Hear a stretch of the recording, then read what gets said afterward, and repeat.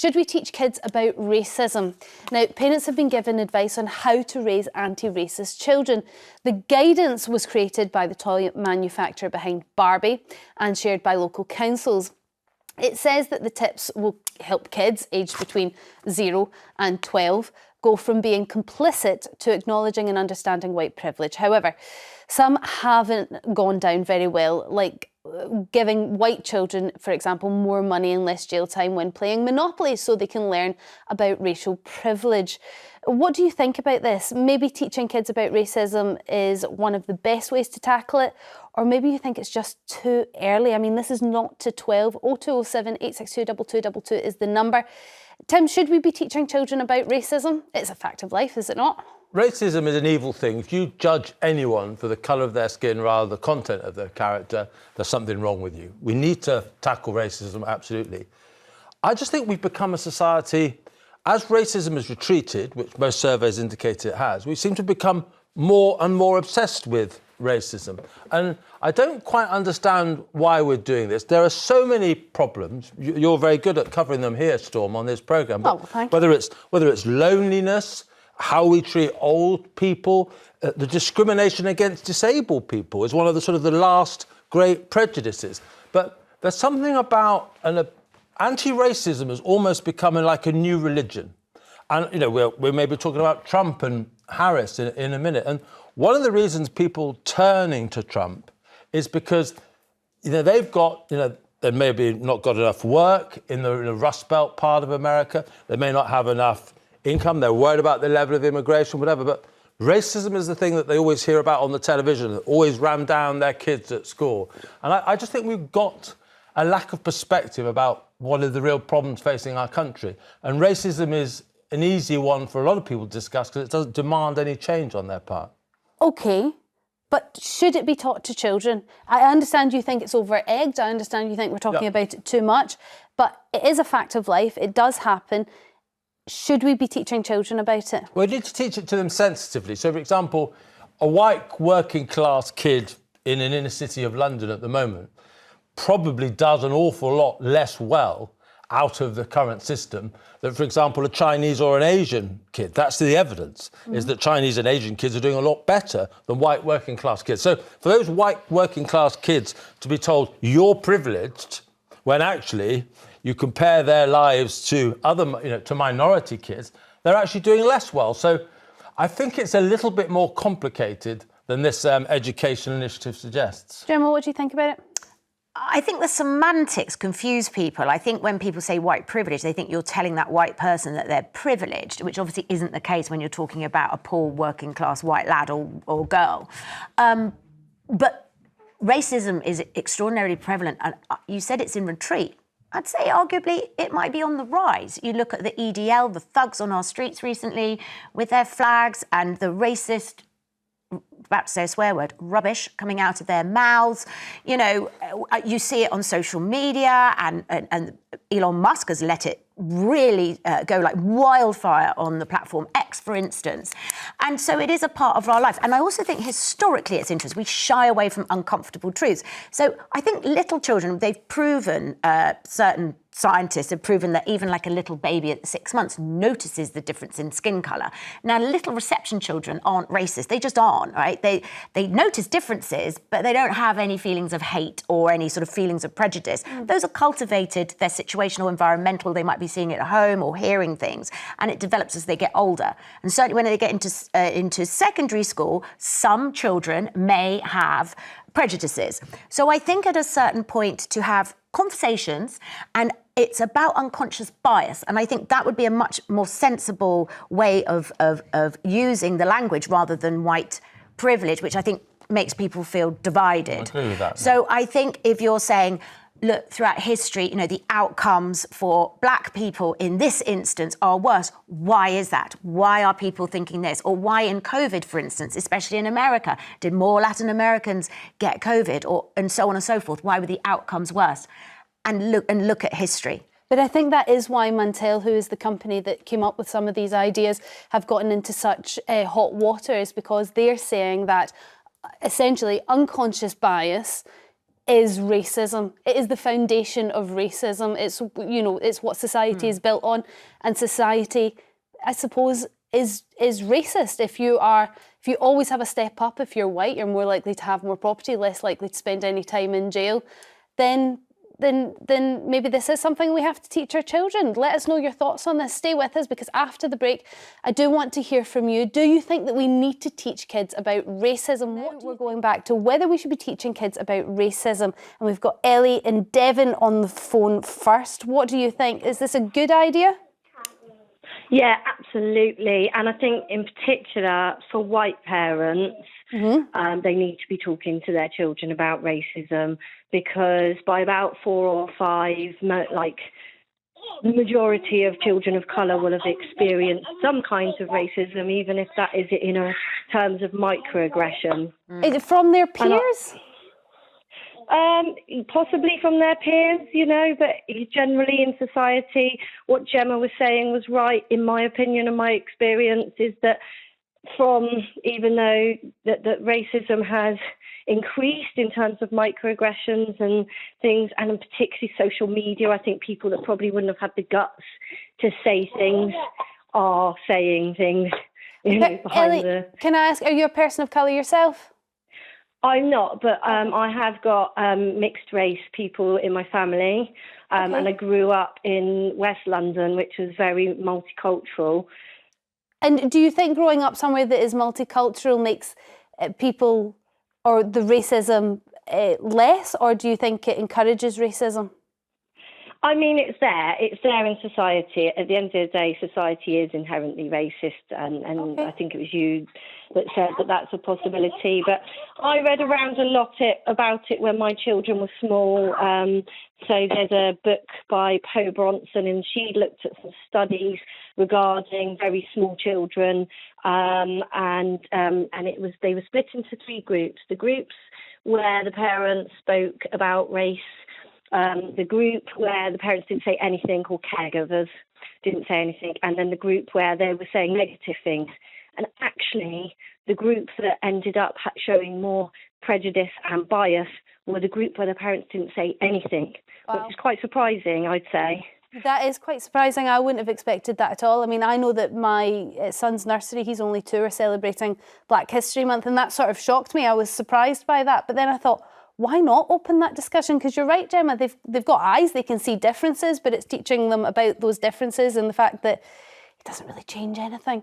Ellie, thank you very much for your call. I do want to bring in Marvyn Harrison now.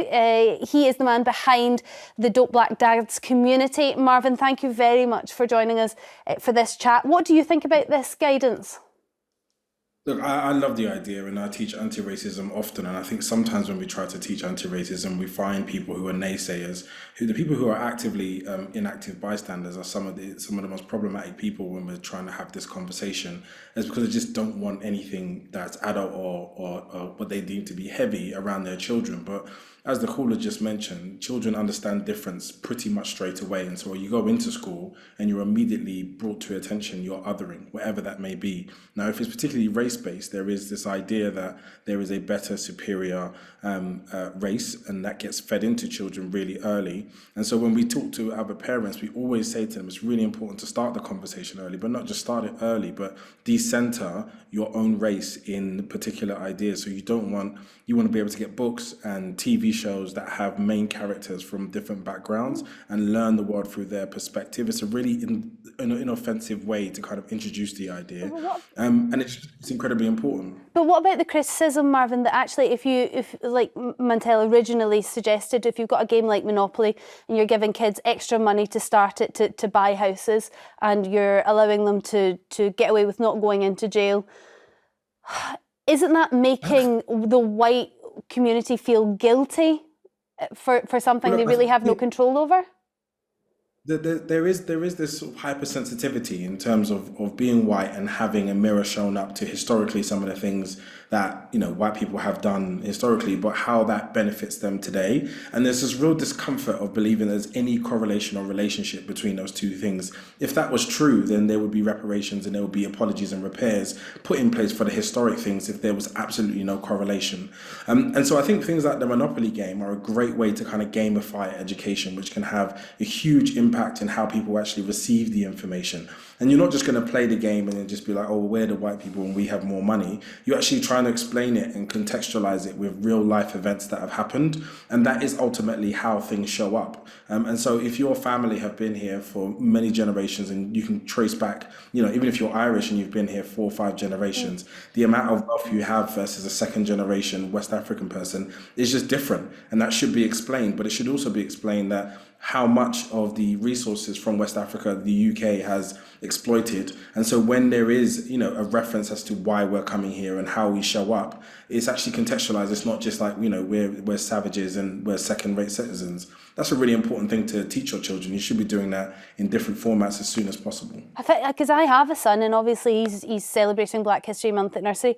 I have a hard time processing that I would have to even remotely tell him that's something that would enter his mind. But perhaps it is something that we need to tell him. Marvyn, please stay with us. We're going to take some calls now. Lorraine from Nottingham, what do you think about these suggestions? I think it's really good that children are being taught about racism at a young age, because myself as a mother, I've raised children that have gone through the education system, and through all stages of the education system, they've faced racism, whether it's been overt or indirect. They have faced racism, and as a mother of a child and your child crying to you about instances that have happened at school and comments that have been said because of the colour of their skin, I do think it's important that people are aware that racism starts from a very young age, not necessarily from children directly. I think they are taught some of it by parents. And I think we need to be able to celebrate all different cultures in school, because once you are from a particular race in this country, I'm ashamed to say that racism is out there and it will affect you throughout your life. And you do need to be aware that it happens. We do need to deal with it better. We're not taught enough in schools from a young age about Black histories, and there are Black famous inventors out there. I mean, I've got a grandson in school and he's learning about particular things in October, and I asked him, are you celebrating Black history at your school? And he knows nothing about Black history at school.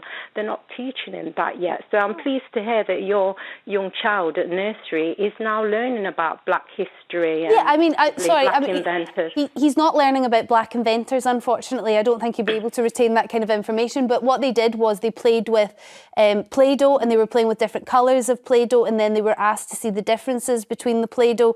And then after really saying, well, that one's red and that one's blue and that one's purple, they didn't really have any other differences. And that was kind of the point that they were making, is that we are all fundamentally the same. We just look a little bit different and have some slight differences, and that's fundamentally it. I don't know whether that's the right thing to do or not the right thing to do. It's very sweet, it's very innocent. It doesn't do any harm, does it? Well, there certainly wasn't anything overt about it, but the nursery sent us a message to show us what they'd done in the day and take pictures and stuff like that. And I just thought that was interesting. I mean, do you think that that's an appropriate way of doing it, Marvyn?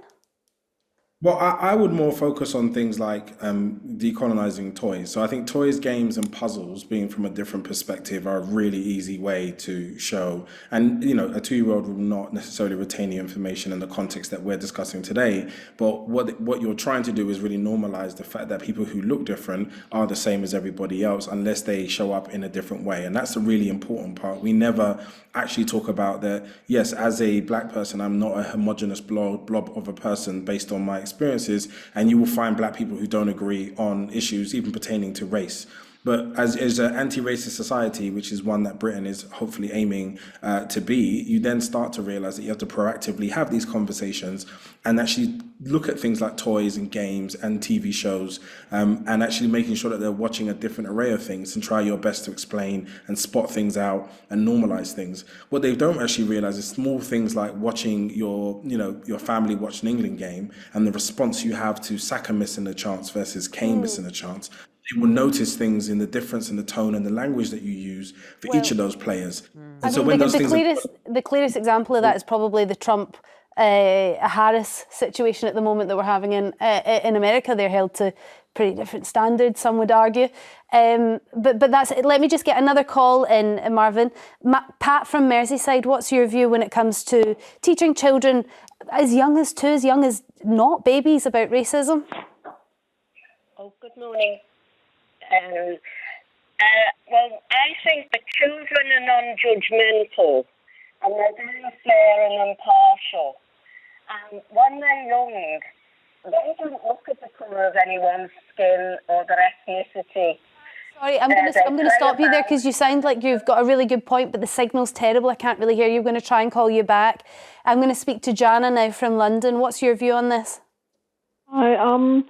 My parents never talked to me about racism when I was growing up, almost never. And I was growing up during the civil rights era.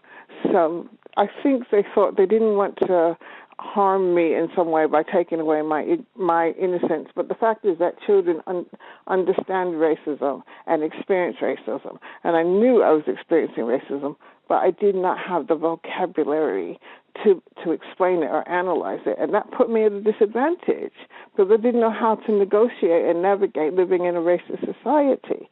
And I had to learn that as an adult. Having said that, I think with children, a big thing that needs to happen is more to do with them learning empathy, how to connect with each other, how to listen to each other with empathy. And Marshall Rosenberg, who sort of invented nonviolent communication, did work in Israel and Palestine, and he wasn't getting anywhere, and he realized he had to work with the children. That was the only way progress was going to happen. So he started teaching the skills to the children. And if children learn to see each other and hear each other across differences, I think that's going to make a huge difference in terms of the way people treat each other. Joanna, it's a really interesting point that you make, that as a child your parents didn't want to ruin your innocence and that held you back. Yeah. Obviously, if you're a child from an ethnic minority, it probably would help to know about racism. So when you think about it in those terms, why wouldn't we teach white children about the same thing? I mean, why would there be a difference there? What's your thoughts Tim, after hearing from Marvyn and our callers? I'm as nervous about this as I was at the beginning. And I'm actually more nervous now after hearing some of what I said, because like the whole reparations argument, for example, there is parts of British history we really should be ashamed of. The enslavement of black people and brought to Britain was evil. But, the Royal Navy went around the world breaking up the slave trade. That's something Britain did, which is a really proud part of our history. Now, if we are to be taught history, we need to be told the fullness of it. And the other side of reparations, for example, is the British Empire had lots of downsides, and we're always told about that. But actually, the British Empire left lots of culture and civil service and legal and democratic traditions behind as well. Okay. It's same with the West generally. Yes, we've created pollution, but we've also done huge amounts of innovation that have benefited the planet. And we're always made guilty for the bad things we've done, rather than ever acknowledge the good contributions we've made as well. Is there a way of teaching about racism in history and British history without, Marvyn, this goes to you, without focusing so much on the negative or indeed making people feel really guilty about things that happened in the past that they had no control over? Is there a way of doing that? It's not about teaching being negative about the history. It's just about being accurate. And the things that happened and actually telling the full truth will really put into context how people are showing up from around the world in Britain today. And it makes a lot more sense. I think distorting the conversation of reparations as, the British Navy went around breaking it up. The reason why they went around breaking it up is because countries like the US were getting so successful and powerful off of free labor from black people that they ultimately wanted to slow it down and stop it so that they didn't become completely obsolete. Now, the really important thing is when we talk about accurate history, it really does help people to understand, yes, all of these things happen historically. There's some really bad things. Some of these companies still exist today after exploiting many of these countries, and then we still diminish these countries and their citizens even further. And so actually it's just about a change in tone about what Britain today should be contributing to the world. And the first part of it is obviously returning some of the things that they took and exploited, but also it's about actually honouring the people that came from those generations of exploitation by not continuing them, subjecting them to further racism. And what I'd also done very quickly, sorry, I don't want to do is conflate things like reparation with anti-racism conversations. The idea that you shouldn't be racist should be a human right for me not to experience it, but it should also be a basic aspiration for a human to not be racist. So it's not about anything to do with justice at this point. It's just about civility and humanity as we all coexist together. Marvyn, thank you very much, and thank you for joining us for that conversation. I feel like that opened up so many more debates than it actually answered any questions that we may have had, but thank you very much for all your calls on it as well.